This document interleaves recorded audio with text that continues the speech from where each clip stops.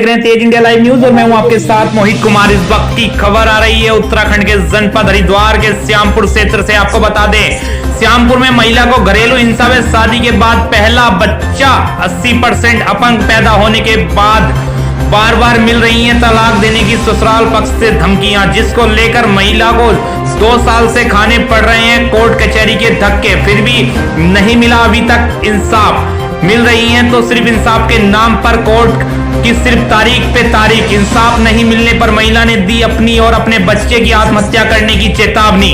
आपको बता दें, मामला थाना क्षेत्र श्यामपुर का है, जहां 6 साल पहले सहारनपुर की रहने वाली एक लड़की की शादी श्यामपुर में एक व्यक्ति के साथ हुई थी, जिसका नाम टोनी पॉल है, वह जिसका हरिद्वार में पॉल टूर एंड ट्रेवल्स के नाम का बिजनेस है।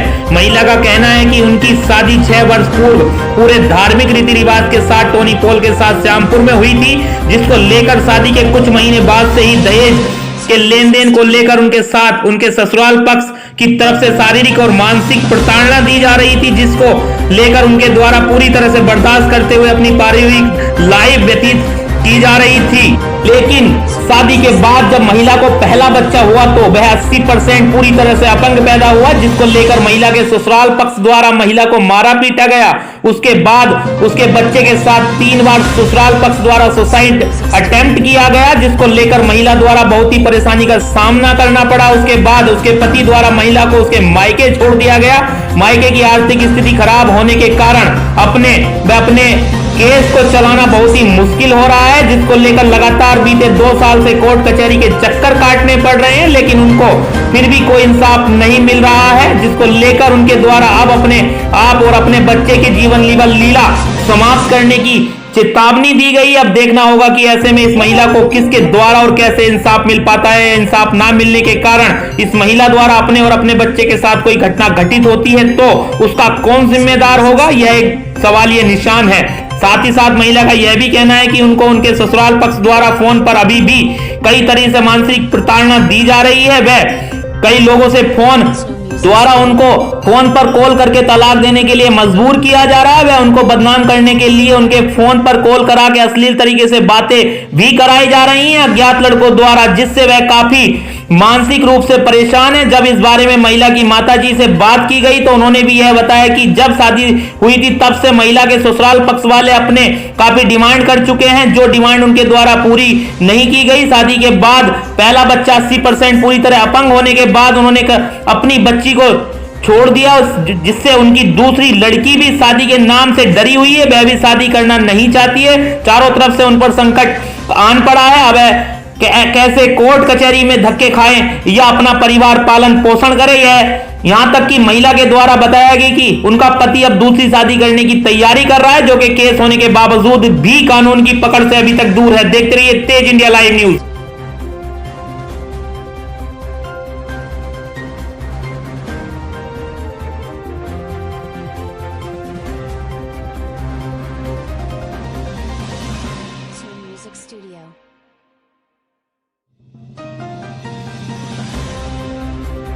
ये जो अभी आपकी बच्ची के साथ उसके ससुराल की तरफ से प्रताड़ना दी जा रही है, क्या है मामला ये है कि जब से शादी करी थी वो लोग हर समय डिमांड रखते थे इनसे कुछ ना कुछ। मैं उस चीज़ को एग्री नहीं होती थी, लेकिन उसके बाद भी चलो कोई नहीं, उन्होंने कहा बच्चा हो जाएगा, ठीक हो जाएगा। ये बच्चा जब पेट में था उसी समय इसमें ब्लड आया हुआ था, तो मैंने उन्हें बोला, क्योंकि मैं एक स्टाफ हूँ, तो मैंने उन्हें बोला कि ये बच्चा ख़राब हो जाएगा, इसकी बहुत देखभाल की ज़रूरत है। उन लोगों ने इसको ना तो मेल न्यूट्रिशन का केस कर दिया, ना खाना दिया, ना दूध दिया, ना कुछ दिया, और ना ही इंजेक्शन दवा दी, जिससे ये बच्चा आज 4 साल का होने के बाद हैंडीकैप्ड है, टोटल हैंडीकैप्ड है। वो इसे छोड़ना चाहते हैं। इनकी शादी को 2015 में करी थी हमने शादी। जैसा कि ये कह रहे हैं कि सारा चीज भूल के मैं उनके साथ रहना चाहती हूँ, कल को अगर वो रख लें और उसके बाद कोई बड़ा हादसा इनके साथ ससुराल वाले करना चाहें तो फिर कैसे कंडीशन में आपकी? ये हमने इसीलिए कोर्ट केस कराया, महिला थाने में भी हमने इनकी तहरीर दी है, लेकिन महिला थाने वालों ने हमारे साथ कोई भी वो नहीं करा। उन्होंने कहा कि ठीक है हो जाएगा, लेकिन इन्होंने क्या करा कि हमने कोर्ट में, उसके बाद कोर्ट में चला गया, मीडिएशन हुए, इन लोगों ने हमें निगलेक्ट ही करा। मेरी बच्ची पे इल्ज़ाम लगाने के सिवा और कुछ नहीं करा। वो लड़की इतनी मेंटली डिस्टर्ब है और उस बच्चे को लेके, उस बच्चे को हर समय बुखार और परेशान रहता है वो बच्चा।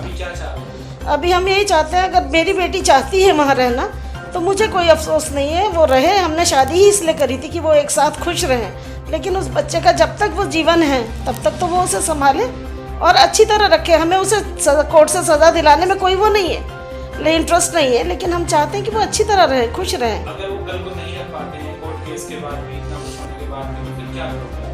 बस फिर हमारे सिवाय यही है कि वो लड़की तो ये कहती है मैं रहना चाहती हूँ, मैं अपने आप को सुसाइड कर लूँगी, और मैं प्राइवेट नौकरी करने वाली हूँ, मेरे पास और भी बच्चे हैं, मैं क्या करूँ बताइए। सीता पॉल है। मेरी शादी हरिद्वार श्यामपुर कांगड़ी में हुई थी टोनी पॉल के साथ। शादी को 5 साल हो गए हैं। 5 साल से मुझे पहले से ही टॉर्चर करा जाता था, दहेज के लिए मांग करी जाती थी, लेकिन मैं हमेशा वो सब बातें सहन कर लेती थी।